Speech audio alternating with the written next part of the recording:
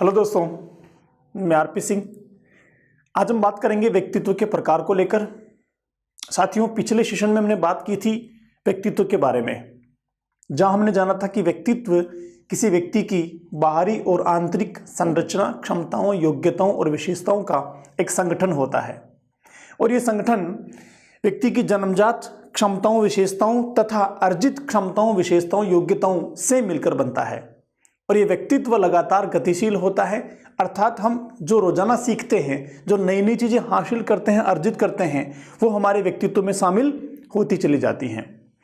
इसके अलावा हमने ये भी जाना था कि व्यक्तित्व एक व्यक्ति के लिए बहुत महत्वपूर्ण पहलू है सफलतापूर्वक जीवन जीने के लिए। और साथियों, हमने वहां यह भी जाना था कि व्यक्तित्व निर्माण में, व्यक्तित्व के विकास में दो चीजें बहुत इंपॉर्टेंस रखती हैं। पहली, जन्मजात जो क्षमताएं, विशेषताएं, संरचनाएं व्यक्ति को मिली हैं वो। दूसरी, जो अर्जित वो करने वाला है। तो जो जन्मजात होती हैं वो उसकी बनावट, संरचना के साथ संबंध रखती हैं, उसको आसानी से बदला नहीं जा सकता है, उसका अपडेशन नहीं होता है। लेकिन जो अर्जित होती हैं उसका अपडेशन हमारे खुद के हाथ में होता है। उसको हम कितनी भी गुणवत्तापूर्ण बना सकते हैं, उसकी मात्रा को बढ़ा सकते हैं। अर्थात व्यक्तित्व निर्माण हमारे खुद के हाथ में होता है। हम चाहें जितना अच्छे व्यक्तित्व का निर्माण स्वयं कर सकते हैं साथियों। और इसी संकल्पना को लेकर हमारे सिलेबस में ये टॉपिक रखा गया है कि एक शिक्षक व्यक्तित्व के बारे में जाने, समझें और स्वयं का तथा बालकों का व्यक्तित्व का निर्माण करें, उच्च व्यक्तित्व बनाएं। इसी संकल्पना के साथ में कॉन्सेप्ट हमारे यहाँ पर हैं। तो साथियों, इन सारी बातों को लेकर हमारा डिस्कशन पिछली क्लास में हुआ था। आज हम उसी को आगे बढ़ाते हुए बात करेंगे व्यक्तित्व के प्रकार के बारे में, व्यक्तित्व के वर्गीकरण को लेकर। साथियों, व्यक्तित्व पर काफी लंबे समय से मनोवैज्ञानिक अध्ययन कर रहे थे। मनोवैज्ञानिकों का काम व्यक्तित्व पर चल रहा था। ईसा पूर्व 400 वर्ष पहले भी एक व्यक्ति थे जिनका नाम था हिप्पोक्रेट्स। हिप्पोक्रेट्स ने सबसे पहले यूनान में व्यक्तित्व को लेकर संकल्पना प्रस्तुत की। और वहां पर उन्होंने, क्योंकि चिकित्सक थे, शरीर के साथ में उनकी एक्टिविटीज थी, तो उन्होंने शरीर के 4 तत्वों को आधार मानकर व्यक्तित्व को 4 भागों में विभाजित किया था। लेकिन आगे चलकर ये जो व्यक्तित्व की विचारधारा हिप्पोक्रेट्स ने सबसे पहले दी थी, उसको आधुनिक मनोवैज्ञानिकों ने मानने से इनकार कर दिया और उन्होंने अपनी तरफ से कुछ नई अवधारणाएं व्यक्तित्व को लेकर प्रस्तुत की। उनमें दोस्तों मुख्यतः ये थी कि कुछ मनोवैज्ञानिकों ने शरीर संरचना के आधार पर व्यक्तित्व को बांटकर देखा और कुछ मनोवैज्ञानिकों ने मनोवैज्ञानिक आधार पर व्यक्तित्व का वर्गीकरण किया। इस प्रकार आगे चल के लगातार मनोवैज्ञानिकों ने अपने अपने तरीकों से, विभिन्न विचारधाराओं से, अवधारणाओं से व्यक्तित्व का वर्गीकरण किया और व्यक्तित्व के ऊपर अपनी समझ को, संकल्पनाओं को ज्यादा विकसित करते हुए दुनिया के सामने प्रतिपादित किया। साथियों, आज इसी संकल्पना को हम डिटेल से समझेंगे कि किस प्रकार व्यक्तित्व का वर्गीकरण किया गया और किन किन व्यक्तियों ने मुख्य रूप से इस वर्गीकरण को किस आधार पर, किस प्रकार से किया। तो चलते हैं, कुछ डिटेल से समझते हैं एक टेबल के माध्यम से, जहां हम बात करेंगे कि व्यक्तित्व जो है वो किस प्रकार वर्गीकृत किया गया है। व्यक्तित्व का वर्गीकरण। साथियों, व्यक्तित्व का जो वर्गीकरण है उसको मुख्यतः 2 आधार पर विभाजित किया गया है, जिसे व्यक्तित्व के उपागम कहा जाता है। कितने आधार पर? 2 आधार पर विभाजित किया गया है, जिसको व्यक्तित्व का उपागम कहा जाता है। इनमें से पहला है प्रकार उपागम। पहला है साथियों व्यक्तित्व का प्रकार उपागम, इसको टाइप अप्रोच भी कहते हैं इंग्लिश में। और दूसरा है गुण उपागम, जिसको ट्रेट अप्रोच कहा जाता है। गुण उपागम। देखिए, प्रकार उपागम का अर्थ क्या हो गया? प्रकार उपागम का अर्थ हो गया जहां पर व्यक्तित्व को कुछ मुख्य मुख्य प्रकारों में विभाजित किया है। गुण उपागम का अर्थ क्या हो गया? जहां पर शील गुणों के आधार पर, विशेषताओं के आधार पर व्यक्तित्व को विभाजित किया गया है। अगर हम बात करें प्रकार उपागम की, तो साथियों प्रकार उपागम जो है, टाइप अप्रोच जो है, इसमें व्यक्तित्व को कुछ व्यक्तियों ने अपने अपने हिसाब से विभाजित किया। जैसे मैं बात करूं, इसमें सबसे पहला जो विभाजन था वो हिप्पोक्रेट्स का था। जैसा कि मैंने आपको रिसेंटली बताया, हिप्पोक्रेट्स जो हैं ये ग्रीक चिकित्सक थे जिन्होंने ईसा पूर्व 400 वर्षों पहले व्यक्तित्व को शरीर के तत्वों के आधार पर विभाजित किया। इनका कहना था कि व्यक्तित्व जो है या कोई भी व्यक्ति जो है उसके शरीर में 4 तत्वों की मात्रा पाई जाती है। एक होता है हिप्पोक्रेट्स ने व्यक्तित्व को शरीर के तत्वों के आधार पर 4 भागों में विभाजित किया। साथियों, हिप्पोक्रेट्स का मानना है कि प्रत्येक व्यक्ति के शरीर में पीला पित्त पाया जाता है, काला पित्त पाया जाता है, रुधिर पाया जाता है और कफ पाया जाता है। इन चारों तत्वों के आधार पर जिस व्यक्ति में इन तत्वों की अधिकता होती है उस व्यक्ति को उसी भाग में या उसी नाम से इन्होंने वर्गीकृत किया था। तो इस प्रकार शरीर में पाए जाने वाले तत्वों के आधार पर हिप्पोक्रेट्स ने व्यक्तित्व को 4 भागों में विभाजित किया था। लेकिन आगे चल के इस विचारधारा को आधुनिक मनोविज्ञान ने मानने से इनकार कर दिया और फिर एक और अगला वर्गीकरण किया गया जो था साथियों शरीर रचना के आधार पर। किस आधार पर? शरीर रचना के आधार पर व्यक्तित्व को वर्गीकृत किया गया। अगर शरीर रचना की बात करें तो यहां पर मुख्यतः 2 मनोवैज्ञानिक आते हैं। इनमें से एक है सेल्डन, पहला मनोवैज्ञानिक है सेल्डन जो जर्मन मनोवैज्ञानिक हैं। इन्होंने व्यक्तित्व को शरीर की रचना के आधार पर 4 भागों में विभाजित किया। एक और व्यक्ति हैं जिनका नाम है क्रेस्चमर। क्रेस्चमर ने सेल्डन की ही अवधारणा को आगे विकसित किया और अपनी तरफ से फिर से व्यक्तित्व को अलग अलग भागों में विभाजित किया। शरीर रचना के बाद एक और वर्गीकरण किया गया एक और वर्गीकरण किया गया व्यक्तित्व का। और साथियों ये अगला जो व्यक्तित्व का वर्गीकरण था ये था मनोवैज्ञानिक आधार पर। किस आधार पर? मनोवैज्ञानिक आधार पर, जहां पर व्यक्ति के व्यवहार को देखा गया, मनोवैज्ञानिक संरचना को देखा गया, मन मस्तिष्क से होने वाले व्यवहार के आधार पर इसका वर्गीकरण किया गया। ये आंतरिक क्षमताओं संरचनाओं जो व्यवहार में प्रदर्शित होती है उस आधार पे था। ये बाहरी संरचनाओं और बाहरी आकार प्रकार पर आधारित था जो बाहर से प्रत्यक्ष दिखाई देता है। तो दोनों ही वर्गीकरण बड़े महत्वपूर्ण थे। आंतरिक संरचनाओं के आधार पर, मनोवैज्ञानिक आधार पर जो व्यक्तित्व का वर्गीकरण किया गया साथियों, इसमें सबसे मुख्य जो वर्गीकरण था वो था सिगमंड फ्राइड के शिष्य जुंग का वर्गीकरण, जिन्होंने अंतर्मुखी और बहिर्मुखी 2 भागों में व्यक्तित्व को विभाजित किया था, जुंग का वर्गीकरण। उसके अतिरिक्त दोस्तों इसी में दूसरा जो वर्गीकरण था वो था आइजेंक का। आइजेंक ने भी व्यक्तित्व को मनोवैज्ञानिक दृष्टिकोण के आधार पर विभाजित किया था। इस प्रकार मनोवैज्ञानिकों के दृष्टिकोण के बाद में एक और दृष्टिकोण आया जहां पर व्यक्तित्व को प्रकार उपागम में बदला गया दोस्तों, और वो था रोजेनमेन और उनके साथी का। इन्होंने टाइप ए, टाइप बी और टाइप सी में व्यक्तित्व का वर्गीकरण किया।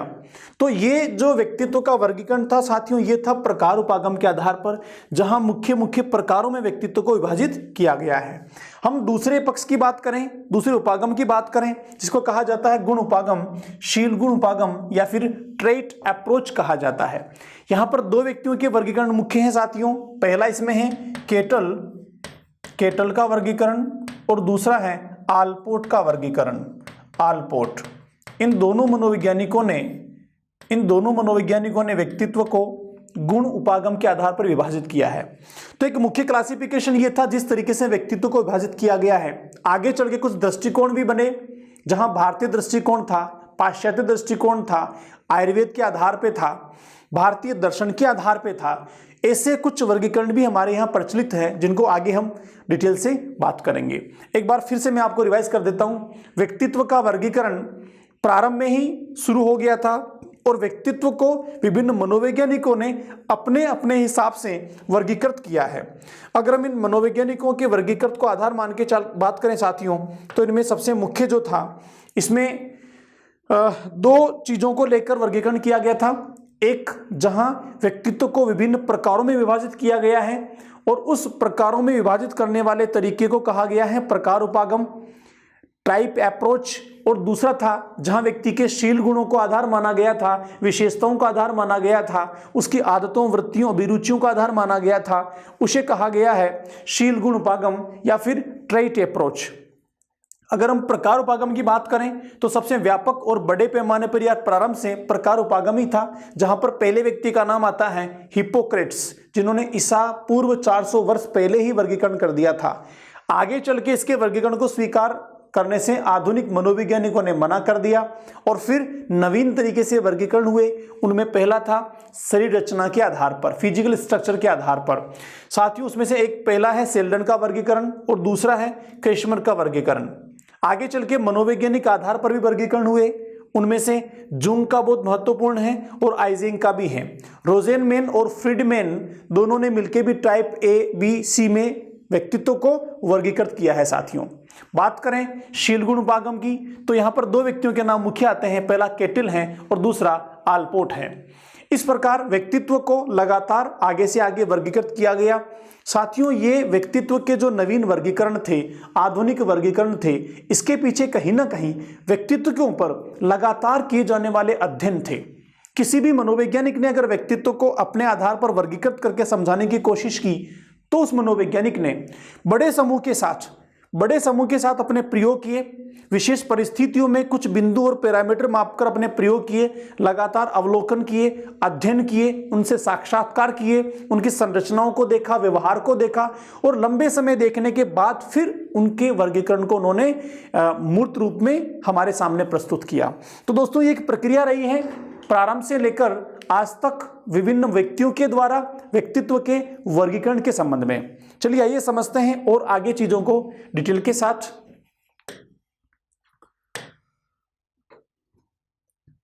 जैसा कि साथियों मैंने डिस्कशन किया, आज हम बात करेंगे व्यक्तित्व के वर्गीकरण को लेकर।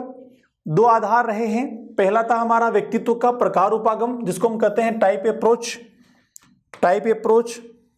दूसरा हमारा आधार है गुण उपागम, जिसको कहते हैं ट्रेट अप्रोच।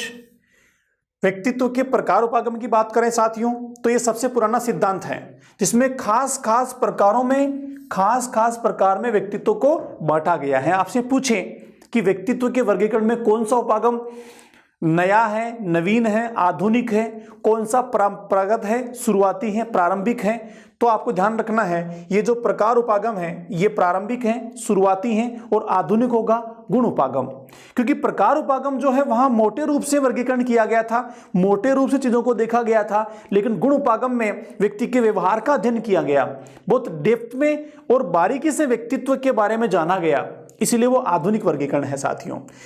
इसके आधार पर शील गुणों का वर्णन किया जाता है।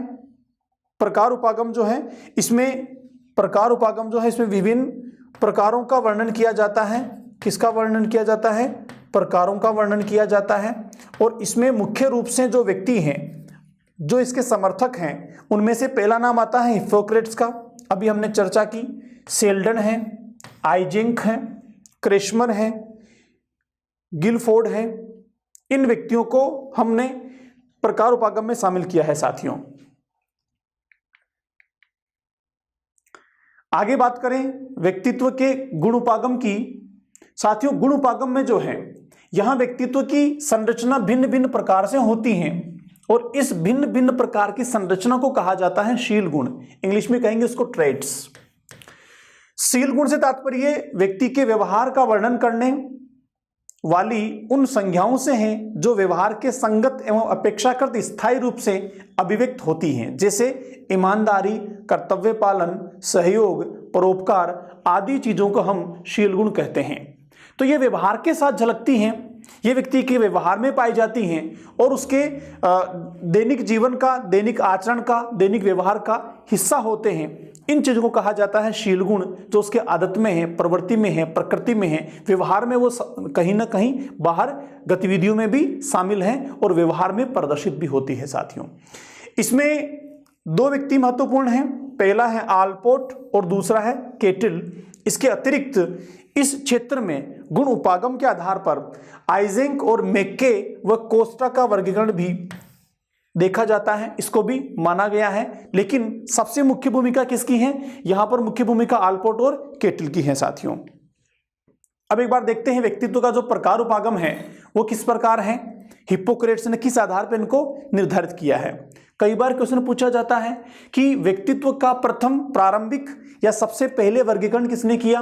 तो दोस्तों आपको याद रखना है ये हमारे ग्रीक चिकित्सक हैं, यूनानी चिकित्सक, जिनका नाम है हिप्पोक्रेट्स। हिप्पोक्रेट्स ने ईसा पूर्व 400 वर्ष पहले सबसे पहले ग्रीक चिकित्सक और दार्शनिक हिप्पोक्रेट्स ने व्यक्तित्व को वर्गीकृत किया या फिर इसका प्रकार उपागम प्रतिपादित किया।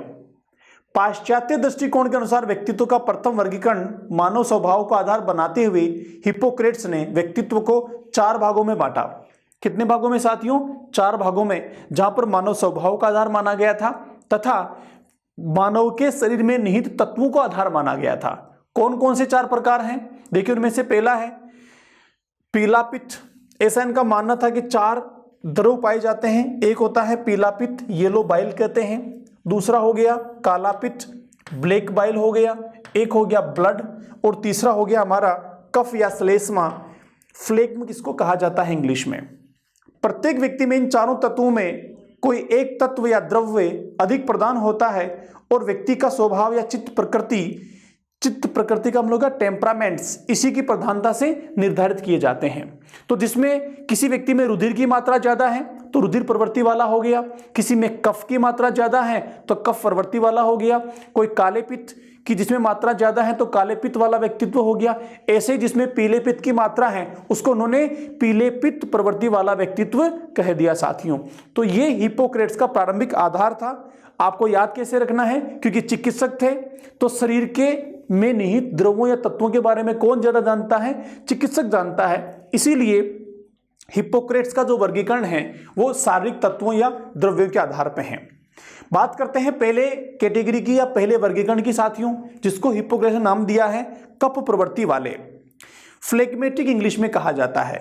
ये जो कफ प्रवृत्ति वाले होते हैं, फ्लेग्मेटिक होते हैं, इनकी क्या क्या विशेषताएं हैं? ये शारीरिक रूप से शांत और कमजोर और शारीरिक रूप से शांत होते हैं और संवेगात्मक रूप से कमजोर होते हैं।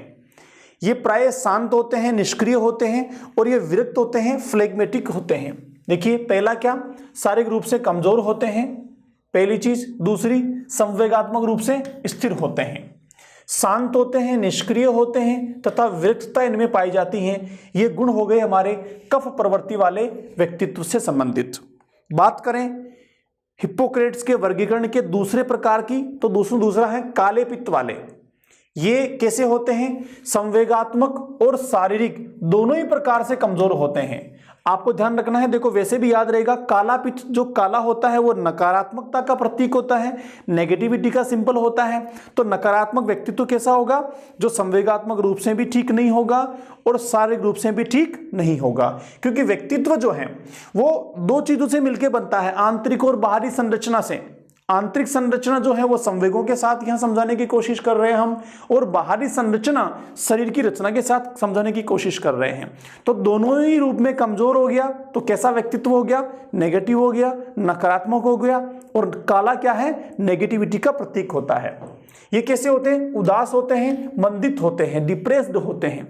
उदास का मतलब अकेले रहना पसंद करते हैं, दूसरों के साथ सामाजिक रूप से व्यवहार, हंसी मजाक नहीं करते हैं, और ये डिप्रेशन में रहते हैं, मोस्टली चिंता और तनाव से घिरे रहते हैं। क्योंकि इनकी संवेग, इनके विचार किस तरह के हैं? नकारात्मक है, नेगेटिव हैं। ऐसा क्यों हुआ? हिप्पोक्रेट्स मानते हैं कि इनमें काले पित्त की मात्रा ज्यादा है, इसलिए ऐसा हुआ है। निराशावादी होते हैं, मेलेंकोलिक इनको कहा जाता है। असल में जो हिप्पोक्रेट्स का वर्गीकरण था साथियों, उन्होंने इन तत्वों के साथ साथ इन तत्वों की प्रधानता वाले व्यक्ति को टाइटल दिया है, एक शीर्षक दिया है। शीर्षक क्या है यहाँ पर? मेलेंकोलिक। मेलेंकोलिक इनको कहा जाता है, हिंदी में हो गया निराशावादी। तो ऐसे व्यक्ति जिनमें काला पित्त पाया जाता है वो कैसे होंगे? वो निराशावादी होंगे और मेलेंकोलिक प्रवृत्ति के होंगे साथियों। ऐसे ही जो हमने पहला पढ़ा था, जिनके अंदर कफ प्रवृत्ति की मात्रा ज्यादा है, उन्हें हम क्या कहेंगे? फ्लेग्मेटिक कहेंगे। फ्लेग्मेटिक इनका टाइटल था जो हिप्पोक्रेट्स ने दिया था। आपको हिप्पोक्रेट्स के साथ इन नामों को और इस टाइटल को याद रखना है। कई बार सीधा ये पूछ लिया जाता है कि फ्लेग्मेटिक व्यक्तित्व किसके द्वारा दिया गया वर्गीकरण का नाम होता है या फिर इसकी विशेषता कैसी होती है। तो आपको याद रखना है कि फ्लेग्मेटिक का मतलब हो गया कफ प्रवृत्ति वाले। बात करें तीसरे व्यक्तित्व की साथियों, जो है पीला पित्त। पीला पित्त, काला और पीला। पीले को क्या नाम रखा इन्होंने? इनको कहा कोलेरिक, गुस्सेल प्रवृत्ति के, जिनमें क्रोध होता है, तो कोलेरिक कहा इन्होंने पीले पित्त वालों को। क्या विशेषताएं हैं? देखिए, अत्यधिक क्रोधी होते हैं, शीघ्रगामी होते हैं, क्योंकि क्रोधी हैं, गुस्सा ज्यादा आता है तो कैसा होगा स्वभाव? नेचुरली चिड़चिड़ा स्वभाव होगा, इरिटेट होंगे बहुत ज्यादा अपने आप में, उसके अलावा बेचैन होंगे, तुनक मिजाजी होंगे, हॉट ब्लडेड होंगे। ऐसा क्यों है? क्योंकि इनका जो पित्त है वो पीला है। पीले पित्त को अग्नि के साथ तुलना करके समझ सकते हैं आप। अग्नि जो है वो क्या होती है, अपने आप में प्रज्वलित होती हैं, गर्म होती हैं, क्रोध का प्रतीक होती हैं। तो ये व्यक्ति कैसे होंगे? क्रोधी होंगे, चिड़चिड़े होंगे, गुस्सेल होंगे और ये जो है हॉट ब्लडेड भी होंगे। ठीक है, तो गुस्सेल या हॉट ब्लडेड इनको इन्होंने कहा है। ठीक है, इंग्लिश में कहेंगे इनको कोलेरिक प्रवृत्ति वाले। उसके बाद बात करें साथियों चौथे और अंतिम वर्गीकरण की, हिप्पोक्रेट्स के अनुसार जो होता है रुधिर प्रवृत्ति वाला। ब्लड की मात्रा जिस व्यक्ति में ज्यादा होती है उसे हिप्पोक्रेट्स ने कहा रुधिर प्रवृत्ति वाला व्यक्तित्व। देखते हैं क्या विशेषताएं हैं। ये शारीरिक एवं संवेगात्मक दोनों ही प्रकार से उचित होते हैं। क्या होते हैं? उचित होते हैं, मतलब फिजिकली भी अच्छे होंगे, स्वस्थ होंगे, हट्टे कट्टे होंगे, तंदुरुस्त होंगे और संवेगात्मक रूप से भी पॉजिटिव संवेगों की मात्रा इनमें ज्यादा होगी तुलनात्मक नेगेटिव संवेगों की, जैसे हमने काले पित्त वाले देखे थे। उसके अलावा क्या होंगे? क्योंकि शारीरिक रूप से स्वस्थ हैं, संवेगात्मक रूप से स्वस्थ हैं, पॉजिटिव संवेगों की मात्रा ज्यादा है, तो प्रसन्नचित्त होंगे, खुश मिजाज होंगे, सकारात्मक होंगे, आशावादी होंगे, उत्साही होंगे। सारे के सारे सकारात्मक और पॉजिटिव गुण जो हैं वो रुधिर प्रवृत्ति वाले व्यक्तियों में पाए जाएंगे। तो इनको इन्होंने क्या कह दिया? इनको कह दिया आशावादी, सेंग्विन इनका दिया हुआ टाइटल है हिप्पोक्रेट्स का, जो आपको याद रखना है। तो ये चार मुख्य वर्गीकरण हो गए प्रकार उपागम के आधार पर हिप्पोक्रेट्स के अनुसार। साथियों देखो फटाफट समझते हैं फिर से। पहला कौन सा हो गया? कप प्रवृत्ति वाला। यहां पर फ्लैग में एक डायग्राम बना के भी कुछ लोगों ने एक शरीर की संरचना बनाई है और यहां पर जो पित्त है उसकी मात्रा को ज्यादा दिखा दिया है, कफ की मात्रा को ज्यादा दिखा दिया है। यह भी एक कोशिश है फ्लेगमेटिक टेम्परामेंट्स वाले व्यक्तित्व को प्रदर्शित करने की। कैसे होंगे ये? कमजोर होंगे, स्थिर होंगे, शांत होंगे, निष्क्रिय होंगे। इनका नाम क्या रखा है? फ्लेगमेटिक इनका नाम रखा है। बात करें दूसरे व्यक्तित्व की जो काले पित्त वाले हैं, काला रंग भी कैसा है? नकारात्मकता का प्रतीक है, नेगेटिविटी का प्रतीक है, निराशावादी का प्रतीक है, आपको याद रखना है। फिर है पीले पित्त वाले, पीला रंग अग्नि के साथ आप जोड़ के समझ सकते हैं, जो क्रोध का प्रतीक है, गुस्सेल प्रवृत्ति का है, इनका नाम रखा है कोलेरिक। उसके बाद रुधिर प्रवृत्ति, ब्लड जो है वो अच्छा होता है, रक्त जितना व्यक्ति किसी भी व्यक्ति में होगा उतना ही वह स्वस्थ होगा, जितना स्वस्थ होगा उतना ही मस्तिष्क से वो खुश रहेगा, संवेग सकारात्मक होंगे, आशावादी होगा, हर काम में पहल करेगा। तो नेचुरली ब्लड जहां पर है, रक्त की मात्रा जिस व्यक्ति में ज्यादा है वो सबसे अच्छा व्यक्तित्व होगा। तो इसलिए हमने क्या बोल दिया इसको? आशावादी, सैंग्विन इसको बोल दिया। अब आपको ध्यान क्या रखना है? एक सबसे अच्छा व्यक्तित्व, एक सबसे बुरा व्यक्तित्व। तो सबसे अच्छा रक्त वाला, सबसे बुरा काले पित्त वाला। बीच में कौन सा बच गया? पीला पित्त। जो पीले पित्त वाला है, रेड बाइल वाला है, उसको आप गुस्से के साथ जोड़ सकते हैं। फिर रहा कप प्रवृत्ति वाला, जो दोनों ही तरफ से स्थिर होता है, ना बहुत अच्छा है ना नीचे से है, वो बीच में सामान्य स्थिर है। तो ये हो गए ग्रीक चिकित्सक हिप्पोक्रेट्स के द्वारा शरीर के तत्वों के आधार पर किया गया वर्गीकरण। लेकिन साथियों आगे चल के हिप्पोक्रेट्स के वर्गीकरण को आधुनिक मनोवैज्ञानिकों ने मानने से इनकार कर दिया और नवीन वर्गीकरण प्रस्तुत किए जो उनके अपने हिसाब से थे। उसमें दो प्रकार से किया गया, पहला शरीर की संरचना के आधार पर, दूसरा मनोवैज्ञानिक आधार पर। तो हम बात करते हैं शारीरिक संरचना की। साथियों शारीरिक संरचना जो है उसमें शरीर के आकार, रंग, रूप, संरचना को आधार मानकर देखा गया। वहां पर क्या था एक बार देखते हैं। शारीरिक गुणों के आधार पर प्रतिपादित प्रकार सिद्धांत को शरीर गठन सिद्धांत भी कहा जाता है। शरीर गठन मतलब शरीर की संरचना जो है, किस तरीके से शरीर की बनावट है, मोटा है, पतला है, लंबा है, ठीक है, शरीर की बनावट किस तरीके की है, इसके आधार पर इसका वर्गीकरण है। इसलिए इसको शरीर गठन, शरीर संगठन, शरीर की संरचना या construction of the body, constitution type भी इसको कहा जाता है। साथियों शारीरिक गुणों के आधार पर दो वैज्ञानिक का काम महत्वपूर्ण है। पहला कौन सा है? क्रेशमर, और दूसरा है साथियों सेल्डन। तो आइए हम बात करते हैं सेल्डन ने किस प्रकार से शारीरिक संरचना के आधार पर व्यक्तित्व का वर्गीकरण किया है। शारीरिक संरचना इंग्लिश में कहेंगे हम बॉडीली कैरेक्टरिस्टिक्स के अनुसार क्रेशमर का वर्गीकरण। साथियों इस वर्गीकरण को क्या कहेंगे हम? शरीर की संरचना के आधार पर, जहां शरीर के आकार, प्रकार, संरचना और गठन को आधार माना गया है। तो ये जो क्रेशमर हैं, ये जर्मन के रहने वाले हैं, जर्मनी के रहने वाले हैं। तो जर्मन मनोवैज्ञानिक क्रेशमर ने व्यक्तित्व को 4 भागों में बांटा है। प्रत्येक प्रकार से संबंधित कुछ अलग अलग शील गुण जो है, प्रकार जो हैं, उनको इन्होंने खास खास शील गुणों का ध्यान रखा है। उनसे संबंधित जो स्वभाव हैं, चित्त प्रवृत्ति हैं, उसका पता चलता है। क्रेशमर ने इस सिद्धांत का प्रतिपादन 2 तरह से मानसिक रोग यानी मनोविदालिता एवं उत्साह विषाद से ग्रसित व्यक्तियों के परीक्षण के आधार पर किया है। मानसिक जो रोग होते हैं ये कई प्रकार के होते हैं। इनमें से 2 मुख्य प्रकार हैं साथियों। एक होता है मनोविदालिता और दूसरा होता है उत्साह विषाद। ये एक चक्र होता है। इसमें व्यक्ति कभी तो बहुत खुश होता है, कभी दुख में हो जाता है।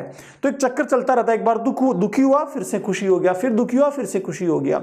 इस तरीके से जो है चक्र चलता रहता है। मनोविदालिता में क्या होता है? द्वंद्व चलता रहता है, मस्तिष्क में विद्वलन चलता रहता है, कई सारी परेशानियां चलती रहती हैं और जिसके चलते वो बाहरी वातावरण से कनेक्शन नहीं बना पाता है। तो व्यक्ति का जो आंतरिक संरचना होती है, आंतरिक व्यवहार होता है, आंतरिक कॉन्सेप्ट होता है, वो बाहर के वातावरण से तालमेल नहीं बना पाता। इसीलिए किस परिस्थिति में व्यक्ति को क्या करना है उसकी समझ उसमें नहीं बन पाती है। इसलिए वो जहां जो काम नहीं करना होता है वहां वो काम करने लगता है। तो हम कह देते हैं वो पागल हो गया, मानसिक रूप से विकसित हो गया। तो इस तरह से 2 कैटेगरीज हैं, उनको आधार मानते हुए क्रेशमर जो जर्मन चिकित्सक हैं उन्होंने व्यक्तित्व को 4 भागों में विभाजित किया। देखते हैं साथियों, पहला कौन सा है? पहला है स्थूल काय, इंग्लिश में कहेंगे हम पिकनिक टाइप। जो पिकनिक टाइप हैं, स्थूल काय हैं, उनको क्रेशमर ने कहा कि शरीर से ये कैसे होते हैं? गोलाकार होते हैं। कई बार इसको गोलाकार व्यक्तित्व भी कहा जाता है। कई बुक में आप पढ़ेंगे गोलाकार।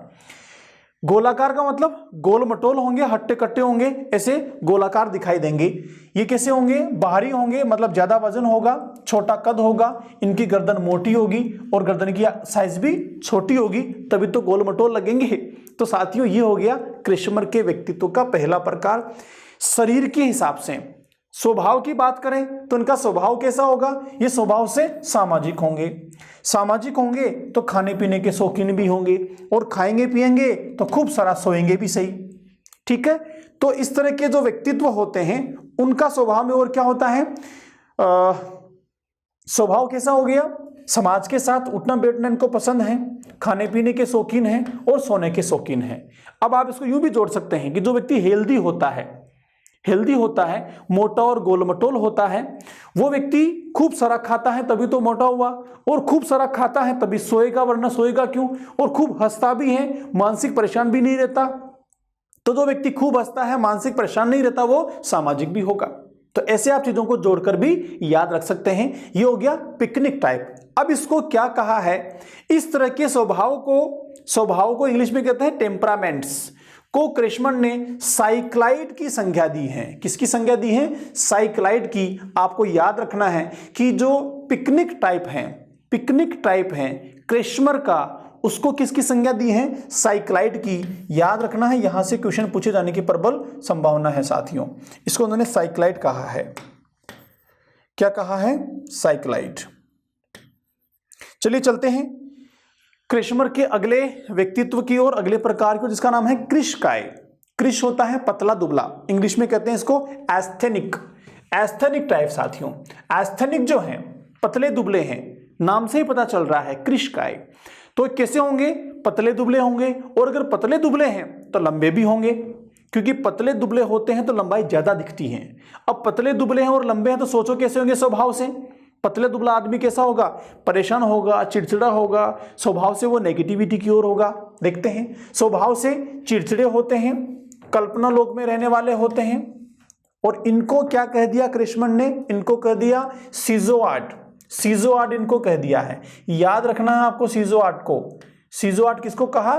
पतले और लंबे जो व्यक्तित्व होते हैं उनको कहा है सीजोआर्ड। इंग्लिश में कहेंगे इनको एस्थेनिक। चलते हैं साथियों तीसरे व्यक्तित्व की ओर, जिसका नाम है पुष्टकाय। एथलेटिक नाम ही अच्छा लगता है। हम जब बॉडी की बात करते हैं, कैसी बॉडी है? एथलेटिक बॉडी है, इसका मतलब एथलेटिशियन की तरह से होती है।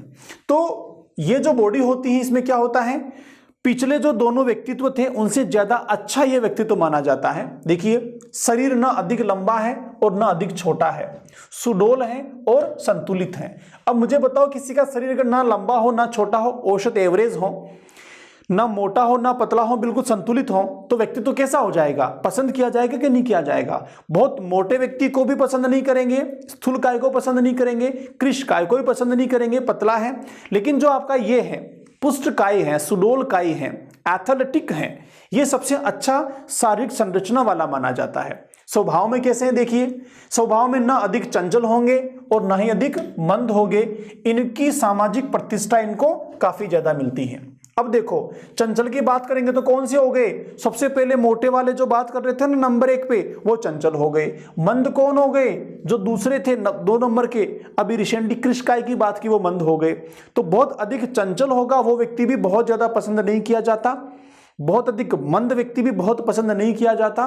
जो दोनों का बैलेंस होता है, जहां चंचलता की आवश्यकता है वहां चंचलता हो, और जहां शांत रहने की आवश्यकता है वहां शांत रहे, तो ऐसे व्यक्तियों को सामाजिक प्रतिष्ठा भी ज्यादा मिलती है। तो आपको कैसे ध्यान रखना है?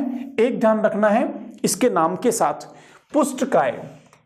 हिंदी में याद ना रहे तो इंग्लिश ध्यान रखिए, एथलेटिक। जो एथलेटिक होते हैं वो ना लंबे होते हैं ज्यादा, ना छोटे होते हैं, ना बहुत मोटे होते हैं, ना पतले होते हैं, बिल्कुल फिट बॉडी होती है। क्योंकि फिट बॉडी है तो स्वभाव से भी कैसे होंगे? सकारात्मक होंगे, अच्छे होंगे, ना बहुत चंचल होंगे और ना ही बहुत शांत होंगे।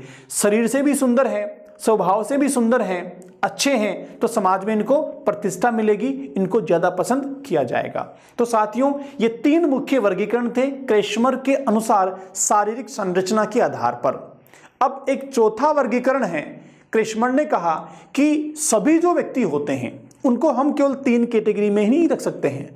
कुछ व्यक्ति ऐसे भी होते हैं, उनका व्यक्तित्व ऐसा भी होता है जिसमें तीनों ही गुण मौजूद होते हैं या फिर 2 गुण मौजूद होते हैं। तो फिर ऐसों को क्या करेंगे अपन? उनका नाम रख देंगे मिश्रित काय। क्या नाम रखा साहब? मिश्रित काय। डिस्प्लेस्टिक इनको कहा जाता है। मिश्रित काय या डिस्प्लेस्टिक में क्रेशमर का कहना यह है कि ऐसे व्यक्तित्व जिनमें उक्त तीनों व्यक्तित्व के गुण मौजूद हों, वो सुडौलकाय भी हों, ठीक है, कृशकाय भी हों, या फिर दोनों साथ में नहीं होंगे, तो शरीर उनका दूसरी तरह का होगा, लेकिन जो मानसिक स्वभाव है वो दोनों तरह का होगा। तो ऐसे लोगों को उन्होंने कह दिया मिश्रित काय। तो साथियों, ये हो गया जर्मन मनोवैज्ञानिक क्रेशमर के द्वारा शरीर की संरचना के आधार पर टाइप उपागम में दिया गया व्यक्तित्व का वर्गीकरण, जहां पर 4 भागों में उसको बांटा गया है। साथियों, आगे चलते हैं। एक और व्यक्ति जिन्होंने शरीर की संरचना के आधार पर ही व्यक्तित्व का वर्गीकरण किया है, उसका नाम है साथियों सेल्डन। हमने पीछे पढ़ा, 2 ही व्यक्ति हैं, याद रखना है। शरीर की संरचना के आधार पर जिन लोगों ने वर्गीकरण किया है, एक तो हो गया क्रेशमर और दूसरा हो गया शेल्डन। दोनों के नाम आपको याद रखना है, कई बार पूछा गया है ये क्वेश्चन। समझते हैं सेल्डन ने कैसे व्यक्तित्व को शरीर की रचना के आधार पर वर्गीकृत किया है। साथियों, इन्होंने पहला नाम दिया है गोलाकार, एंडोमॉर्फिक। एंडोमॉर्फिक, तो हमने जो पीछे सबसे पहला वाला व्यक्तित्व पढ़ा था उसी को थोड़ा सा मॉडिफाई करके इन्होंने नाम दे दिया गोलाकार, एंडोमॉर्फिक। जो एंडोमॉर्फिक है ये क्रेशमर के पिकनिक टाइप से मिलता जुलता है। ठीक है सर, तो नेचुरली पिकनिक टाइप में जो गुण थे वो यहां भी होंगे। वहां हम पिकनिक टाइप में क्या पढ़ रहे थे कि मोटा होगा, गोल मटोल होगा, खाने पीने का शौकीन होगा, सोने का शौकीन होगा, खुश मिजाज होगा। तो लगभग वैसे ही गुण किसमें पाए जाएंगे? गोलकाय में पाए जाएंगे, एंडोमॉर्फिक में पाए जाएंगे। तो ये व्यक्ति शारीरिक रूप से छोटे, मोटे और गोलमटोल होते हैं। ठीक है, खाने पीने के शौकीन होंगे, सोने के शौकीन होंगे, अगर खूब सोते हैं तो आलसी प्रवृत्ति के भी होंगे। अब आपको ध्यान क्या रखना है, गुण दोनों में एक जैसे हैं, सिर्फ नाम बदल गया है। वहां पिकनिक टाइप था, यहां पर एंडोमॉर्फिक टाइप हो गया है। ठीक, अब इनको सेल्डन ने क्या कहा है? सेल्डन ने इनको कहा है विसरोटोनिया। याद रखना है, ये कई बार पूछा गया है, विसरोटोनिया कहा है इनको। ठीक है, और ये जो वर्गीकरण है ये हमारे क्रेशमर के स्थूलकाय पिकनिक टाइप से मिलता जुलता है। चलते हैं दूसरे वर्गीकरण की ओर, दूसरे व्यक्तित्व की ओर, जिसका नाम है आयताकार, मोजोमॉर्फिक। मेसोमॉर्फिक जो होता है साथियों, ये क्रेशमर का जो दूसरे वाला था, क्रेशमर का जो दूसरे वाला था, तीसरे वाला था पिकनिक टाइप, सॉरी आपका एथलेटिक जो हमने पीछे पढ़ा था, एथेटिक जो पीछे पढ़ा था, पुष्टकाय, एथेटिक से मिलता जुलता यह होगा। देखते हैं क्या विशेषताएं हैं। ऐसे व्यक्ति शारीरिक रूप से स्वस्थ और सुंदर होंगे, मानसिक रूप से संतुलित होंगे, बहादुर होंगे, आक्रामक होंगे और दृढ़ संकल्प वाले होंगे। सेल्डन ने क्या कह दिया, इनको कह दिया मोसेटोटोनिया, याद रखना है मोसेटोटोनिया, ठीक है। उसके बाद बात करते हैं सेल्डन के तीसरे वर्गीकरण की साथियों, जिसका नाम है लंबाकार, एक्टोमॉर्फिक। लंबाकार या एक्टोमॉर्फिक जो है, पीछे पर ने कृष्णकाय पढ़ा था, उससे मिलता जुलता है, ठीक है। एथलेटिक एस्थेनिक से मिलता जुलता है। तो कैसे होंगे, लंबे होंगे, पतले होंगे और स्वभाव से चिड़चिड़े होंगे, नाखुश होंगे, निराशावादी होंगे, नकारात्मक होंगे, ठीक है। और इनको क्या कहा है सेल्डन ने, इन्हें कहा है सेरिब्रोटोनिया, याद रखना है, इन्हें कहा है सेरिब्रोटोनिया। क्रेशमर के क्रिस्काई से मिलते जुलते हैं। तो ये हो गया हमारा तीसरा वर्गीकरण।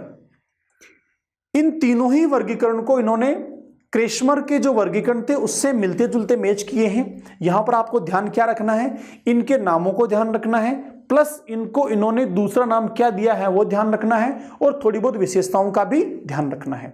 जब आप इन दोनों को पढ़ रहे हो, समझ रहे हो, तो क्या करना है, इनको समझने के बाद, पढ़ने के बाद एक टेबल बनाइए। टेबल में एक तरफ लिखो सेल्डन, एक तरफ लिखो क्रेशमर। सेल्डन, क्रेशमर, क्योंकि दोनों के स्वभाव एक जैसे हैं, शरीर की संरचना जैसी है, खाली नाम बदल दिए हैं। तो तुलनात्मक एक टेबल में लिखकर समझेंगे तो आसानी से ये वर्गीकरण, ये शारीरिक संरचना वाली कंसेप्ट आपको समझ में आ जाएगी, ठीक है साथियों। यहां समझाने वाला कोई बड़ा इश्यू नहीं है, कुछ कंटेंट्स हैं, तथ्य हैं जो आपको याद करने होंगे, उसी से संबंधित क्वेश्चन यहां पर पूछे जाते हैं। अंडरस्टैंडिंग वाले क्वेश्चन इस टॉपिक से, या आज की जो क्लास हमने डिस्कशन की, या फिर व्यक्तित्व के जो प्रकार हैं वहां से कोई समझ वाला क्वेश्चन ज्यादा नहीं बनता है, सिर्फ तथ्यात्मक बनता है, जो आपको तथ्यों को समझकर याद करने से आसानी से सोल्व हो जाएगा। आज की क्लास हम यही बाइंड ऑफ करते हैं। मिलते हैं अगली क्लास में, जहां हम बात करेंगे व्यक्तित्व के उन वर्गीकरण की जो मनोवैज्ञानिक आधार पर तय किया गया है। आज हमने बात की थी व्यक्तित्व के वर्गीकरण की संपूर्ण संकल्पना के बारे में, प्रारंभ में कैसे था, फिर बाद में कैसे हुआ, किन किन उपागमों के आधार पर बना, और उसके बाद उपागमों के बाद आगे चल के शारीरिक संरचना के आधार पर किन किन ने विभाजित किया, मनोवैज्ञानिक आधार पर किन किन ने विभाजित किया, शील गुण वाला किन किन मनोवैज्ञानिकों ने दिया। इन सारी चीजों पे आज हमने डिस्कशन किया। मिलते हैं अगली क्लास में, तब तक के लिए नमस्कार।